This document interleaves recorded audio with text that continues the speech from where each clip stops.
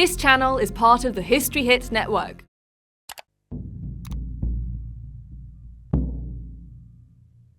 South America. For 500 years, a warrior people ruled over Peru and beyond. They were called the Inca, the people of the sun.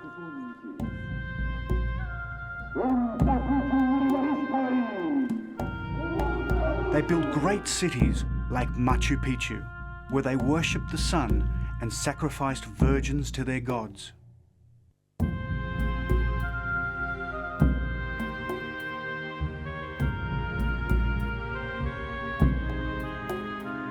Eventually, they would be destroyed by Spanish invaders searching for gold and glory.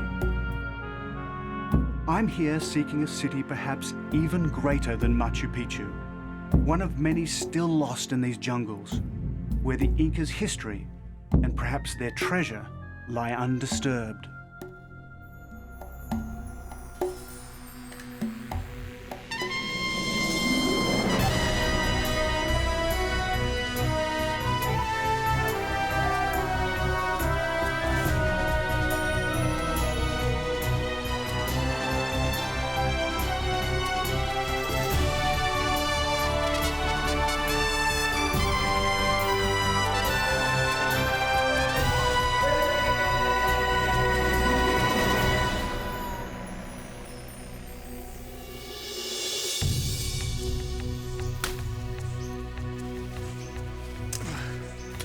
Hi, I'm David Adams, and this is the remote cloud forest of the Peruvian ranges. And this is where the last of the Incas found their refuge, and it's where they built their golden cities, and that's why I'm here. Because hidden somewhere in this jungle vastness, legend says there are cities still waiting to be found. Cities never sacked by the Spanish. Cities that may conceal hidden Inca treasure, or even the Holy Grail of the Inca Empire, the great golden disk of the sun. Bueno, Aurelio, aquí es el plan. ¿Recuerdes el camino Inca? Meet Gary Ziegler, an archaeologist, and someone I've come halfway around the world to meet. Gary's devoted his life to exploring Peru's jungle. If I'm to have any chance of finding a lost city, it's going to be with Gary's help. We found this wonderful major Inca road, and these Inca roads always go somewhere, so it's a good place to look for ruins. How are you sure that no one else has been up there? Well, there's nothing recorded on maps, so it's a really good chance that that no one's been up there. That's great. But I'm pretty sure that we're going to find something significant up there. The Vilcabamba, the Incas' final refuge, the place from which they waged war on the Spanish, and where they built their lost cities. To get there, I plan to head through this sacred valley, down the Urubamba River, before arriving at the very edge of the Amazon basin. But my journey starts in the old Inca capital, Cusco.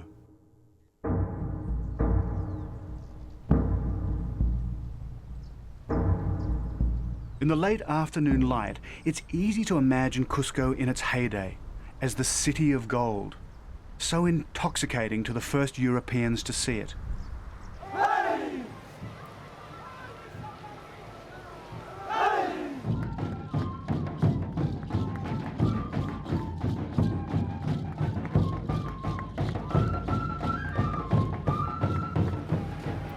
Right now, it's midwinter in the southern hemisphere. Time for Inti Raymi, the festival of the sun. The oldest surviving Inca celebration, a vital link to Peru's past.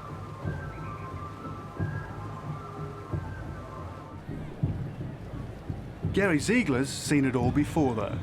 He couldn't wait, and so he's headed straight to the mountains.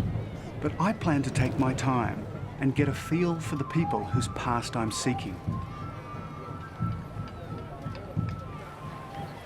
The sun set many years ago on the Inca Empire.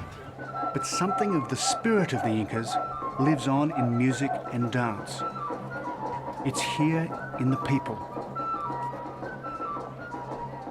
History Hit is like Netflix just for history fans, with exclusive history documentaries covering some of the most famous people and events in history, just for you. Whether you're looking to dive into life and crime in Victorian London or the forgotten history that deserves to be heard, History Hit has a documentary for you, just a click away. We're committed to bringing history fans award-winning documentaries and podcasts that you can't find anywhere else. Sign up now for a free trial, and Absolute History fans get 50% off their first 3 months. Just be sure to use the code AbsoluteHistory at checkout.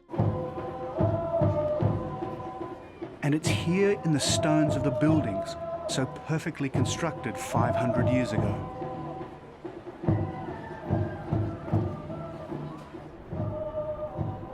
The sun was the Incas' supreme god, and the temples they built to worship it in were among the greatest pre-industrial buildings in the Americas. The most celebrated of all was the Coricancha, the fabled Temple of Gold. Well, these walls look pretty bare now, but once they were totally covered in gold, right throughout the whole temple. And there were golden llamas and golden idols in these recesses, the like of which the world had never seen. In fact, the only 3 Europeans ever to see them were the ones who discovered them, and they also took most of it away. Part of what they took included 700 sheets of gold. Each one weighed 4.5 pounds. But the only thing they didn't take was the great golden disc of the sun. But someone did take it, because by the time the Spanish returned to get it, it was gone.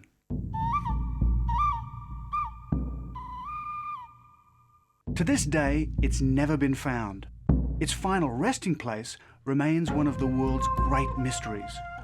Most likely, it's in the Vilcabamba, where Gary Ziegler's gone and where I plan to meet him in a week. The journey takes me in the footsteps of one of the world's great explorers, Hiram Bingham, the man who put the Vilcabamba on the map. Like Gary Ziegler, he was an adventurer, the discoverer of the most famous Inca city of them all, Machu Picchu. But Gary Ziegler's also an archaeologist, so he's the perfect expedition partner. By now, I can't wait to follow him into the mountains. And that means I need transport. Buenas tardes, senor. Oh, mister, buenas tardes. Buenas tardes. The Valle Sagrado? ¿A dónde quiere usted viajar? A typical way of getting from place to place in Peru is by buying a seat on a truck. 150. 150. Okay, fantastic. Correcto. Very Muy good. bien. So for 150 soles, about 40 bucks, I have the doubtful honor of squeezing in for a long, slow ride. Vamos a prender el Ah, carro. it's a winder. Sí. The driver is Don Tieflo. His offsider, Ephraim. I think this is it's all about technique, this sort of thing. Ya, Yeah. ahí sí toca. I think it's like a sweet spot somewhere. Okay. Amigo Efraín, Efraín, por favor, can you give us a hand, mate? manito.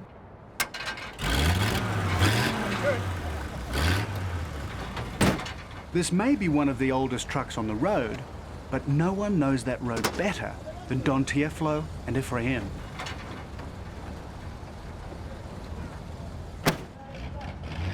With their help, I will follow a trail over 500 years old.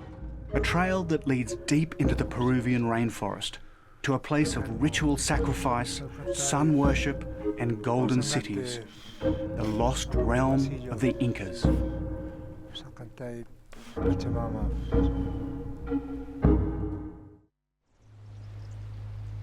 The Incas believed they were the children of the sun, born on an island in Lake Titicaca.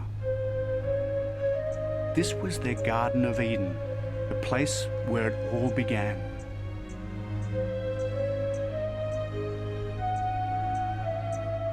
Where I'm going, though, is the place where it all ended. The place where the Incas made their last stand against the Spanish, and where they're supposed to have built their lost cities.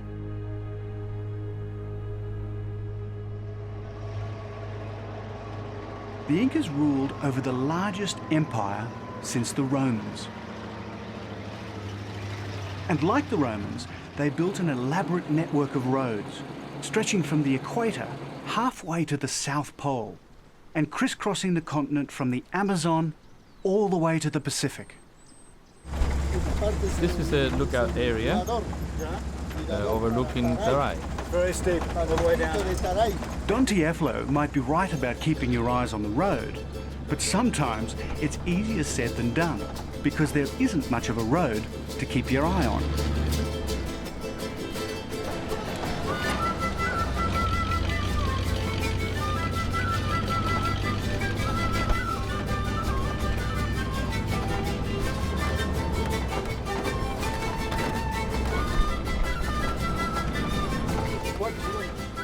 He's agreed to take me to the top end of the Sacred Valley, to the town of Ollantaytambo, Tambo, where I plan to hire porters for my journey into the Vilcabamba. Mucho accidente, Yes, there have been many accidents. The road is full of sharp bends.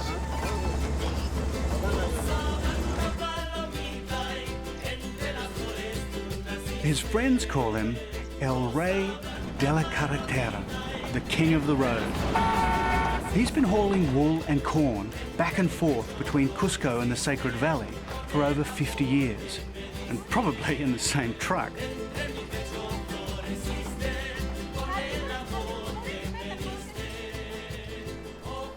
On a hillside near the ruins of Pizac, I get my first look at the Urubamba Valley, the Sacred Valley. This galley along this small valley ends up in a creek which flows into a big river, the Vilcanota River, which goes down to the Sacred Valley of the Incas. Valle Sagrado de los Incas. I can't believe it's amazing that they built them by hand, yeah? Sí. Luego las andenerías. Then the terraces of the ruins of Pizac. Pizac. Acá tenemos la parte This más is the most grande, impressive, lo más grandioso, most lo más elaborate fino. section. A forta? The Pizac Fortaleza fort lo más fino. guarded what was the breadbasket of the Inca Empire. Rank upon rank of terrace gardens line the valley. When the Spanish first arrived, they were still planted with corn and potatoes that were the staple foods of the 15 million strong Inca nation. These days, most lie overgrown and ignored. In fact, Peru produces less food today than it did before the Spanish conquest.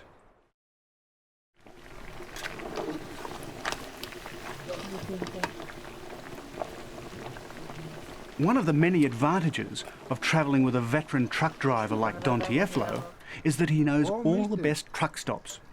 No hay como un There is plato nothing like a típico good typical dish of de estos cracklings chicharrones después de una after a buena long day's jornada work. de trabajo. Oh. You find small roadside kitchens like this all over Peru, serving up the same food that kept the Incas going, corn and potatoes, with the favourite meat of the conquistadors, pork, in this case, deep fried. Good food. Very good food. Very good food. Casera, por favor. 3 Tres glasses of chichas. chicha, please. Then there's que sabe chicha, usted- the maize beer that was the sacred ceremonial drink of the Incas. Today, though, it's mostly drunk as a low-alcohol alternative to regular beer. A vaso grande. Sí, I'd like a big glass, please. chicha. Chicha de Traditionally, cola, brewing tomar chicha is women's work. Recipes are passed down the generations, mother to A daughter. ver qué tal. As a result, Ojalá que- no two brews are Ojalá que ever the same. le agrade. Eche, señora. Fill it up, eche, madam. llénelo, Right up. I want llénelo, David necesito to que- really try this. Tiene que tomar, David. If I get through this, I deserve a medal, I think. Salud, David. Salud, Efraín.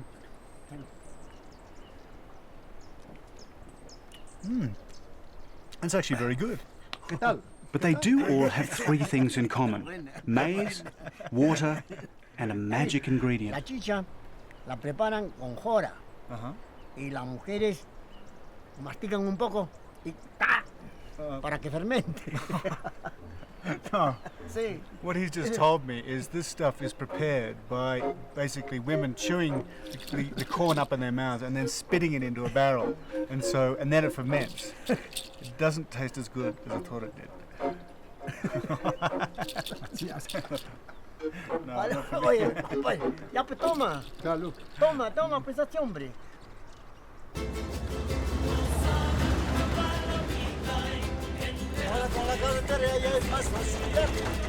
Back on the road again, and Don Tieflo and Ephraim and their magnificent old truck have got me almost all the way to my destination.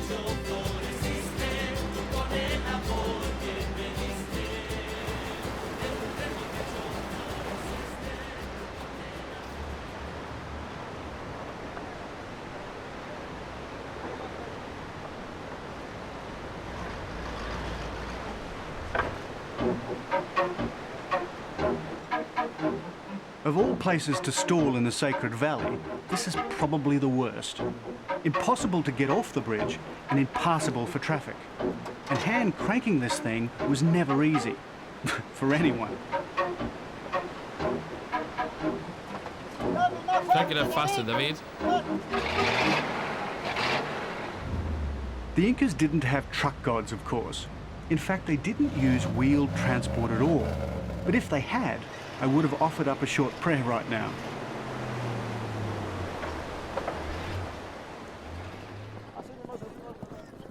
Getting to Oliente Tambo on time provides an unexpected bonus.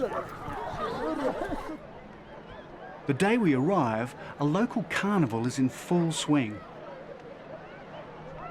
People have come into town from all the surrounding villages. This means I can most likely hire the porters for my journey right here.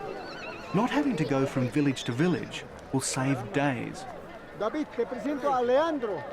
Alejandro is from the Patacancha Valley, the same valley Hiram Bingham hired his porters from. 5 hombres.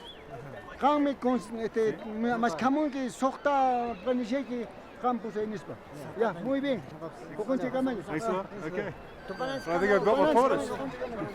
Which means I can have the rest of the day off to enjoy the carnival.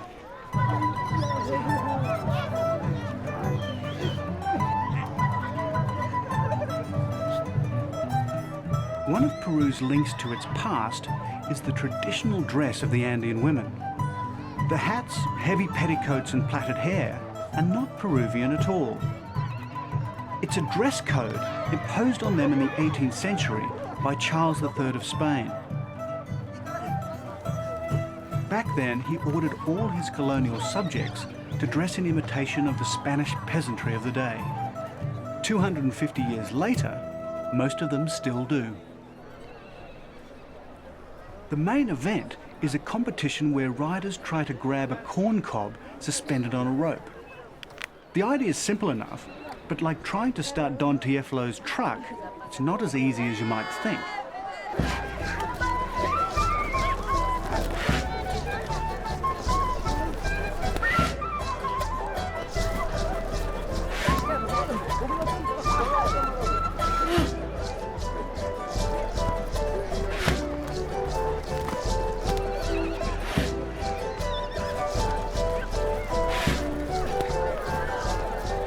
Beginner's luck, maybe, but not so lucky for the prize.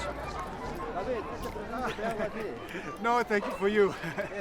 Didn't quite bank on that. I don't think I'll be able to get chicken through customs. Thanks.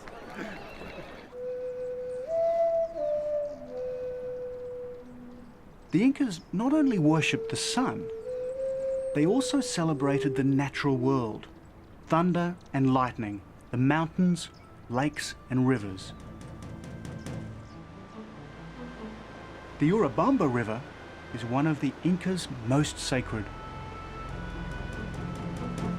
And when you see it at its mighty, thundering wildest, it's easy to understand why.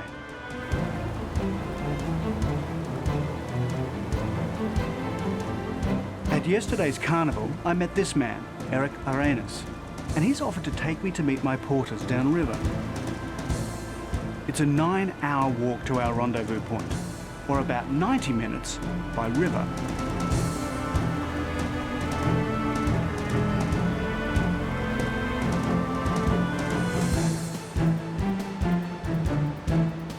Trouble is, Eric's a former Olympian and Peruvian kayak champion, and I'm not.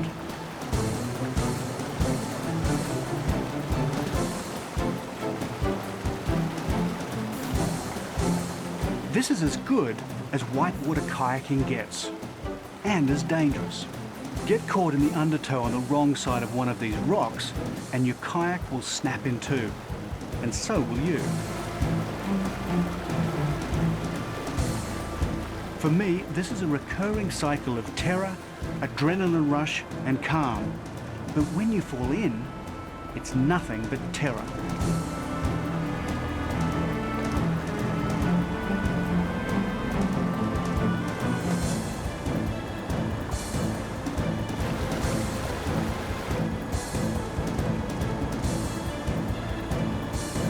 Time slows down, directions get confused.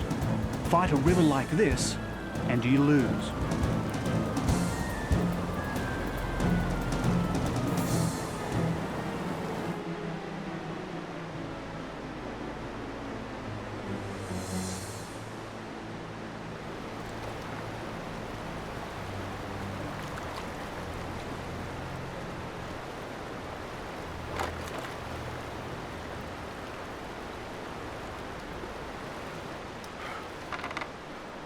Well, I've been out of my depth there, but at least I'm here. I'm going to save these as well.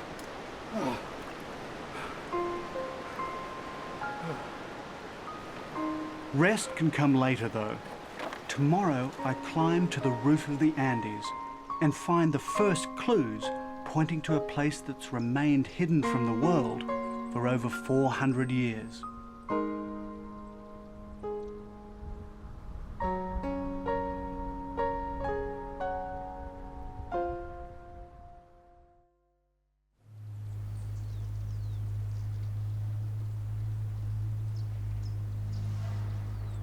"400 years ago, a band of Spanish soldiers emerged from the Peruvian jungle to gaze on this land, their long-sought prize, the Vilcabamba.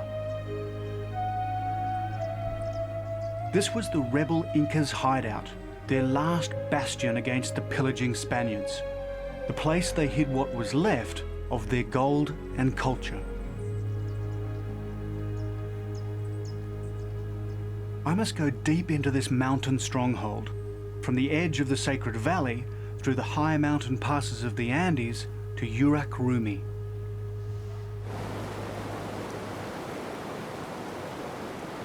I'd left the river unexpectedly early, but luckily it's only a short walk to my rendezvous point.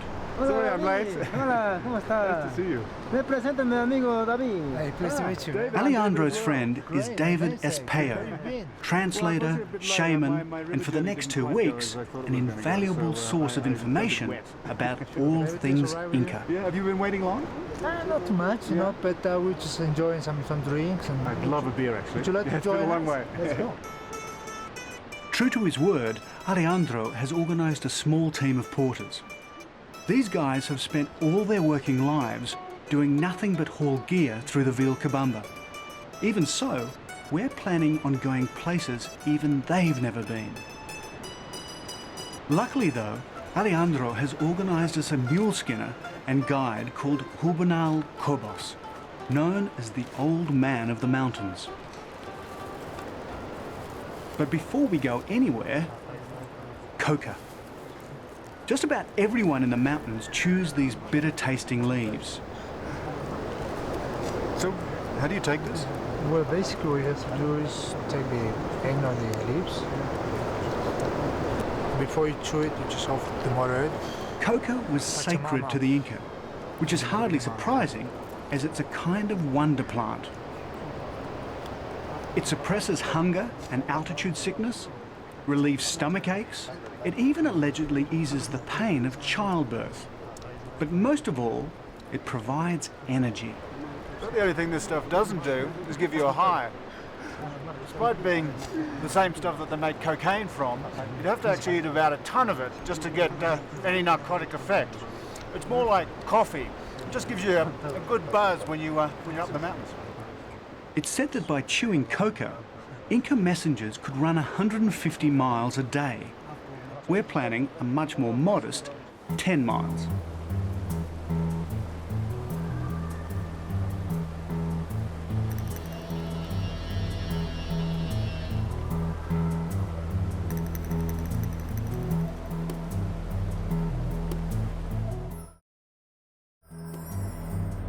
Legend has it that the Vilcabamba was where the Inca hid their treasure, and it's easy to understand why.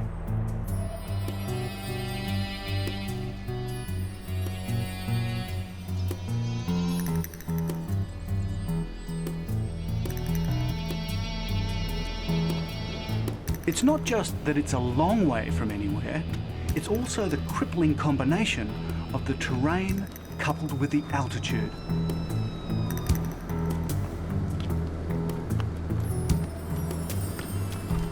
What's normally a 10-minute stroll at sea level becomes an hour-long haul at this height.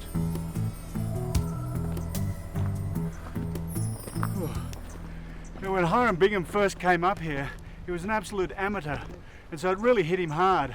We're nearly at 10,000 feet, and he'd be stopping every 50 feet. Well, I can understand why. It's a pretty hard slog up here.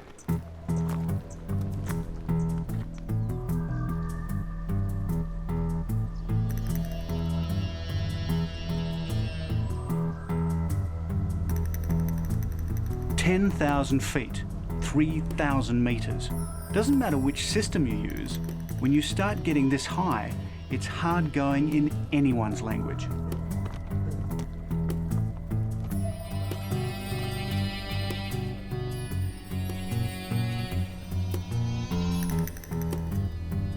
The Andes Range is the longest mountain chain on Earth. The terrain varies from jungle to glaciated ice peaks. At this altitude, even the slightest breeze is bone-chilling.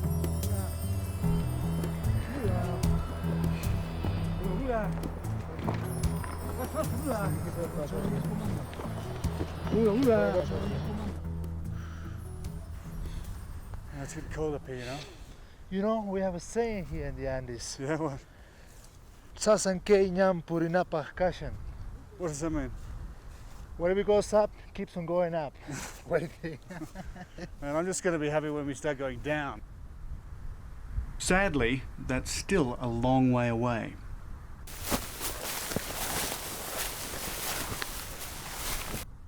Every now and then, though, we do get to a ridgetop, and the terrain flattens out for a short stretch of pampas. What's so exhausting when you get up here onto the pampas after climbing up, we're about 12,000 here, is that it's swampland, sinkholes, and it's just exhausting walking through this mud, and there's mosquitoes everywhere.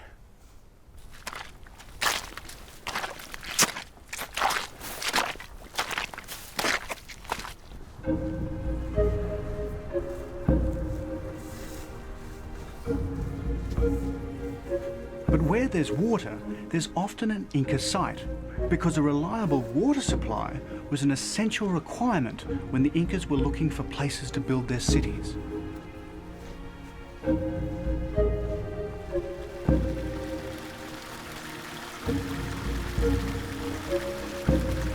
On the late afternoon of the 9th of August 1911, Hiram Bingham came across this Inca watercourse.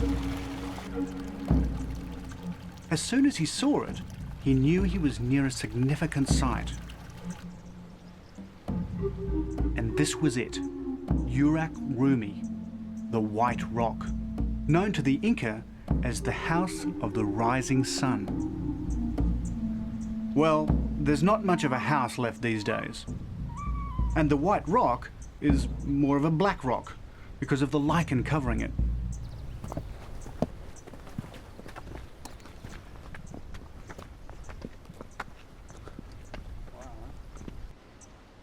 The Inca believed certain mountains, springs, caves and rocks were all endowed with magical significance. Like shrines along a pilgrimage route, Urac Rumi was one such place. Why was it so important to the Incas? Oh, this because Manco Inca, one of the last Inca ruler, who set up his new capital here in Bitcos. in this area. So this was like the shrine, like the temple of the sun. Okay. One of the most important places in this area. The Inca were stonemasons without peer. And their legacy can still be seen in the way these guys make a camp oven.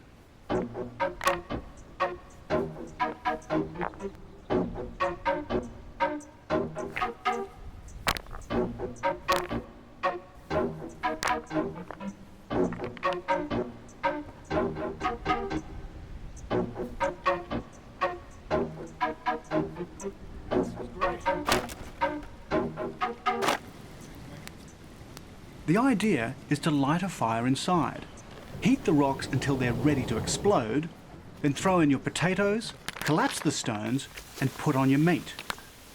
Cover it all over, and then let it cook for an hour or so.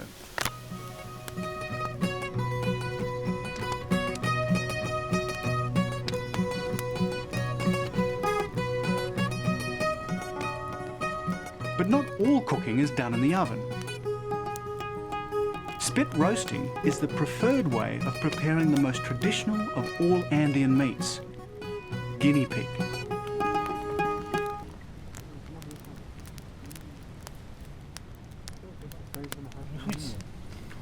Oh, it's good. You like it? Yeah. So did the Incas eat a lot of guinea pigs? Yeah, on special occasions, yeah. Yeah. Yeah, when we were guests, you know. Because back home we keep them as pets. No. We eat them here. Yeah. So the people that live up in these remote areas, do they still consider themselves as Incas? Native, yeah. Yeah. Quechua people. Yeah. So is that do they take on some of the ways of the Inca? Do they think of themselves as Incas Sure. still? Yeah, I feel like that myself. Yeah? Yeah. Yeah, well, you look like a lot of the Thank you. paintings I and got my drawings I've seen. nose, you know, like. Thank you. Nice.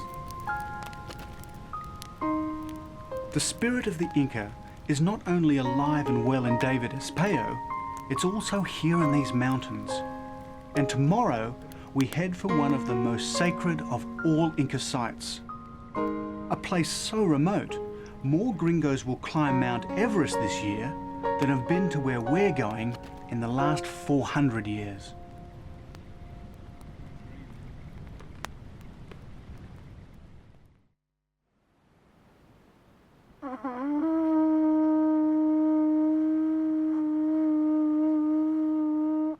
High on a mountain plateau in the Peruvian Andes, a ceremony to greet the dawn, unchanged since the time of the Inca.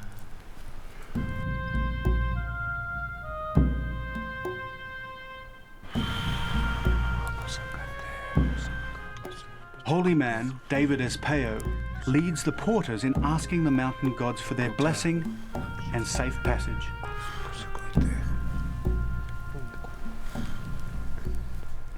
Today we must climb to one of the most sacred of all sites in the Vilcabamba, Inca Holy.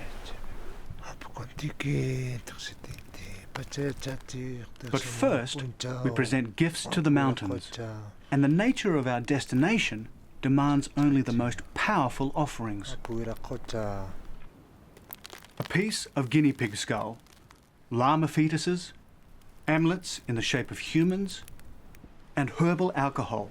Its potency is increased by being offered in a shell carried to the mountains all the way from sea level.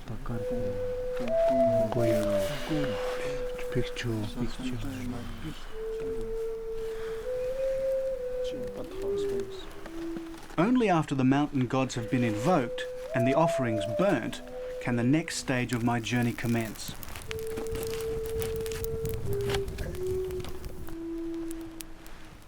Pachamama.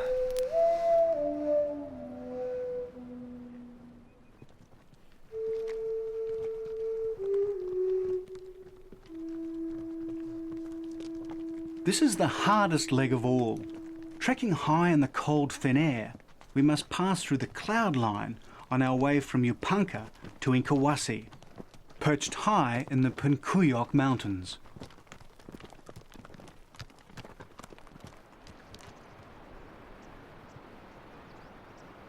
Yupanqui is where we agreed to meet archaeologist Gary Ziegler.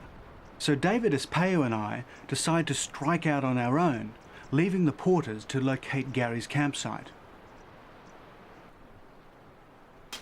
Weather in the Andes can change in moments. This is called cloud forest for a good reason, and it's not long before the drizzle starts. They may have been among the greatest road builders of all time, but maintenance in the Andes seems to have died out with the last Inca.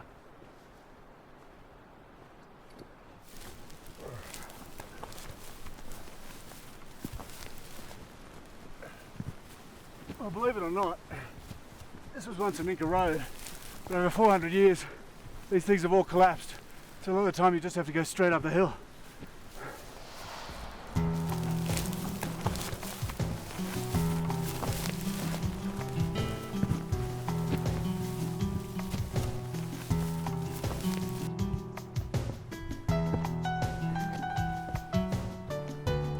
The Inca also ripped up many of the Vilcabamba's roads and pathways so the Spanish couldn't follow them, especially if they led to an important place like Incahuasi.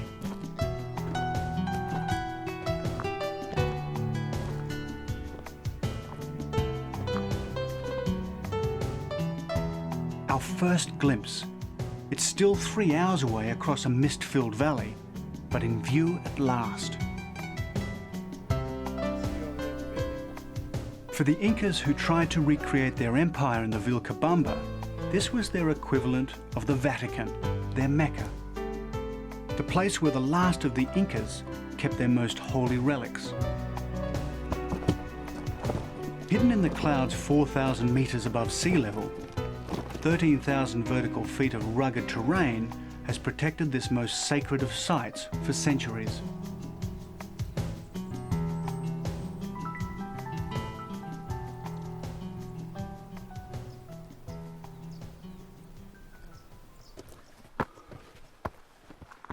Even when you're almost there, climbing the carved steps leading to the top of the ridge is equivalent to taking the stairs to the top of the Empire State Building. So 6 hours after leaving the porters, we finally arrive. And right on cue, the sun comes out. And this is where they think the golden disc of the sun came?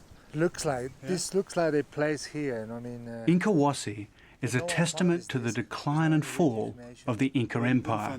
It's one of the highest, in the Vilcabamba mountain range.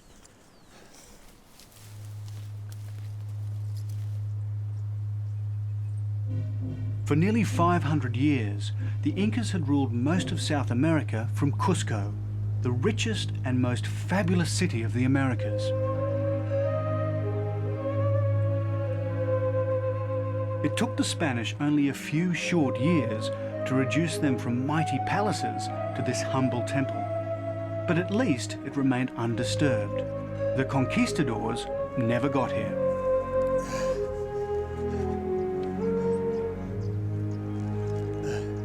It doesn't surprise me that the Spanish didn't get up here. Their horses couldn't have walked up, and with all that body armor, it would have been impossible. It also doesn't surprise me that Bingham didn't get up here, because it really is a hell of a hike. What is surprising is that the Incas got up here at all and built this place.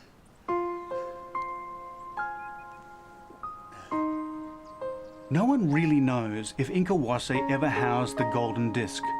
No one's ever found it, but they chose its location for a very good reason. Look at, see the reflection over there? Yeah. In that lake? So that's a wild rock you see over there. Well, this is why it was built here. Yes. So see, the clouds now is covering this, but when the clouds clears, you can be able to see the reflection of that white rock in the lake. So that's, I think that's why the beliefs of people here know that the Inca turned into this white rock. Oh, and really? It becomes like a sacred.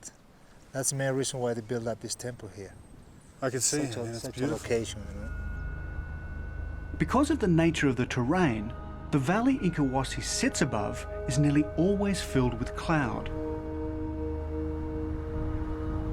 However, it generally clears for a short while around midday. When it does, you can see a tiny lake reflecting the white stone outcrop. To the Inca, this was sacred geography at its most potent.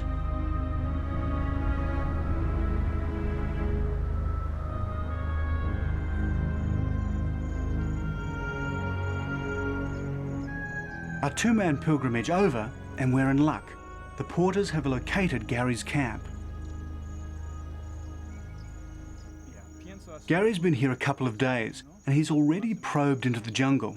Bueno, Aurelio, ¿recuerdas el camino Inca que encontramos la semana pasada? Gary's an old-school explorer, one of the last of a dying breed, a modern-day Hiram Bingham, who's devoted his life to helping locate Peru's lost cities. So what we plan to do is to go up to about this level of altitude. How high is it going to be? It's going to be above 3,000. I'm guessing about 3,700 meters. And then we're going to clear trails and look for indications. This is what I've come all this way to experience. The chance to find one of the Inca's lost cities. The thought of it affects us all. The atmosphere is electric. I'm pretty sure that we're going to find something significant up there.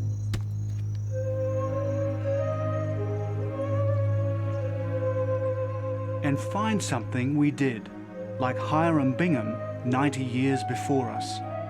We're about to hack our way through some of the densest jungle on Earth and enter another of the Inca's lost cities.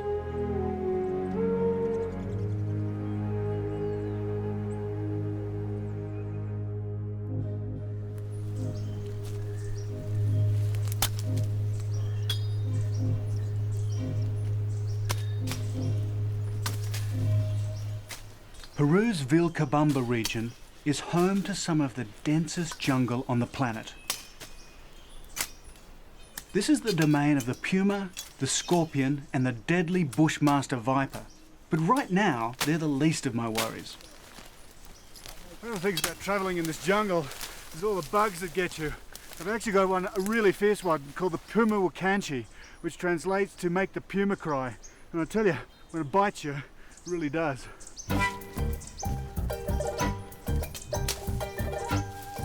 I'm on my way from the Puncuyoc mountains to Les Esparta in central Peru. But before we can go anywhere, we must cross the sacred Vilcanota River. Here we go, guys. Now this river is full. The Vilcabamba is cut off on all sides by rivers. That's what made it such a perfect stronghold for the Inca. Okay, I'm going out over the edge. Okay. I'm out. Gotcha. Oh. And while getting across is one thing, getting out is quite another. Good.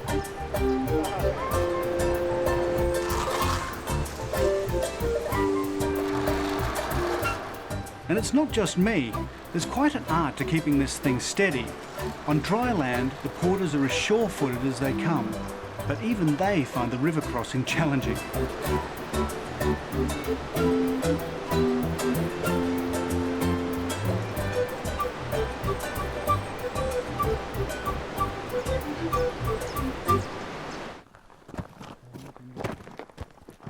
The climb to the ruins is tough, a 1 in 10 incline.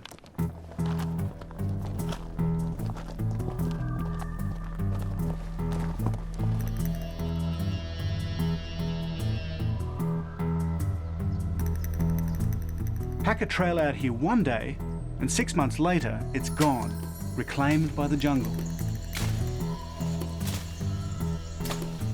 Little wonder cities and temples still remain hidden from view.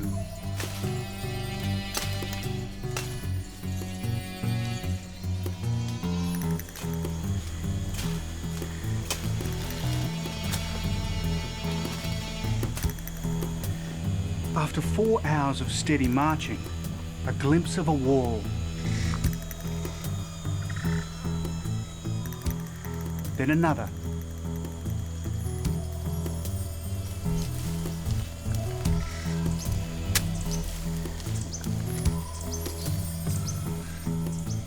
Then a watercourse. And suddenly it seems as if the jungle is cloaking buildings everywhere.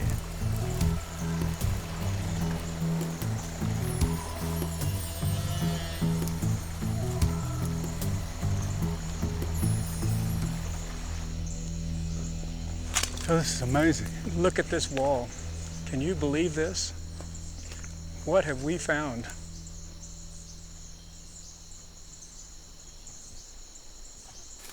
In amazement, we push forward through the overgrown streets and into buildings long ruined.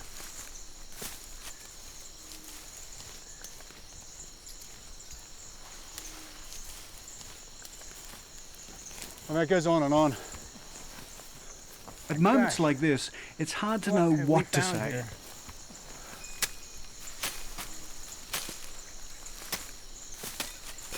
David, look at this window. This is definitely Inca. It keeps going.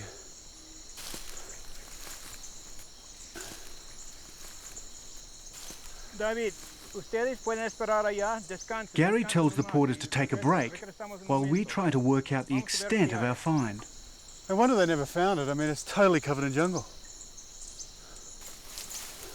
I don't even know what to say. I don't have the foggiest of what. Have you ever seen anything this big? Is this the biggest thing you found? I think it is. I have no idea the extent of it.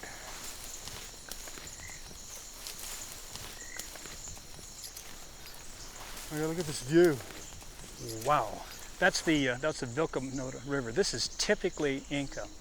Well, because they build on views like this. Yeah, the river was one of the most sacred objects. The Vilcanota was the Vilcamayu, the earthly representation of the Milky Way. One of the most important things to the Inca. This is really overgrown too. This could well be a temple to the river. And I'll bet, up in the clouds, I'll bet we're looking exactly at the ice peak Veronica, which was also very important. So this could be a really major find. Yeah. Yeah? We don't know what we've got. We just, we're gonna get the guys up here and clear it and see if we have time to see what else is around us. There's gotta be more. Well, let's get a break. Okay, let's take a break. And, I'm about wiped out. How about you? But when you've got ruins to clear, breaks don't last long. At first, we put our backs into it.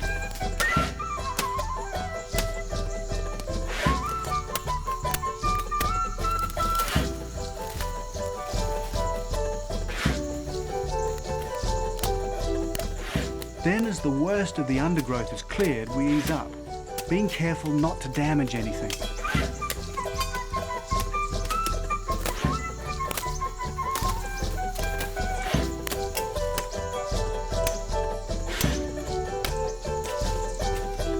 And gradually, the building starts to take shape.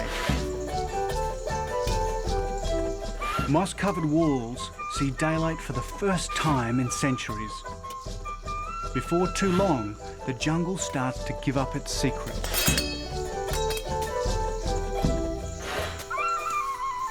Vamos a ver la distancia de este muro. For centuries, the cities of the Incas disappeared from view. Like Atlantis, El Dorado and Shangri-La, they became places of legend, sought after but never uncovered. You know, one of the odd things about Hiram Bingham was that when he came and discovered these sites, he knew nothing about archaeology. And he travelled around with this book, which is the Royal Geographical Society's Hints to Travellers. It's got everything you need to know about discovering an ancient site, if you happen to, like we've just done. Even got a little ruler. Thing is, I know nothing about this, of course, but Gary does. So I'm relying totally on him and not the book. But it seems our euphoria is premature. We are not the first, as we'd hoped. Gary Ziegler's identified it as the town of Sapamarca, a place noted but never visited by Hiram Bingham. Yeah, give us We're going to finish over here. Go ahead. I'll keep working. In fact, it's almost never been visited at all, and certainly never been filmed. The Incas may be long gone, but these walls still stand in mute witness to the glory of the greatest empire of the ancient Americas.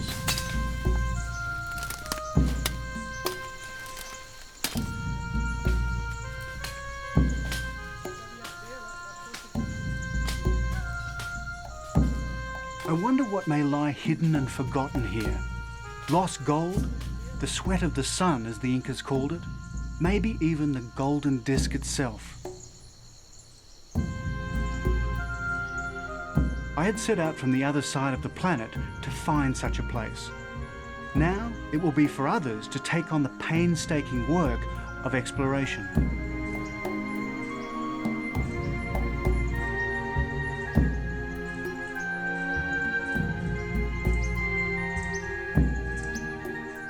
One day I'll come back, when Gary Ziegler and others have pried its secrets from the stones.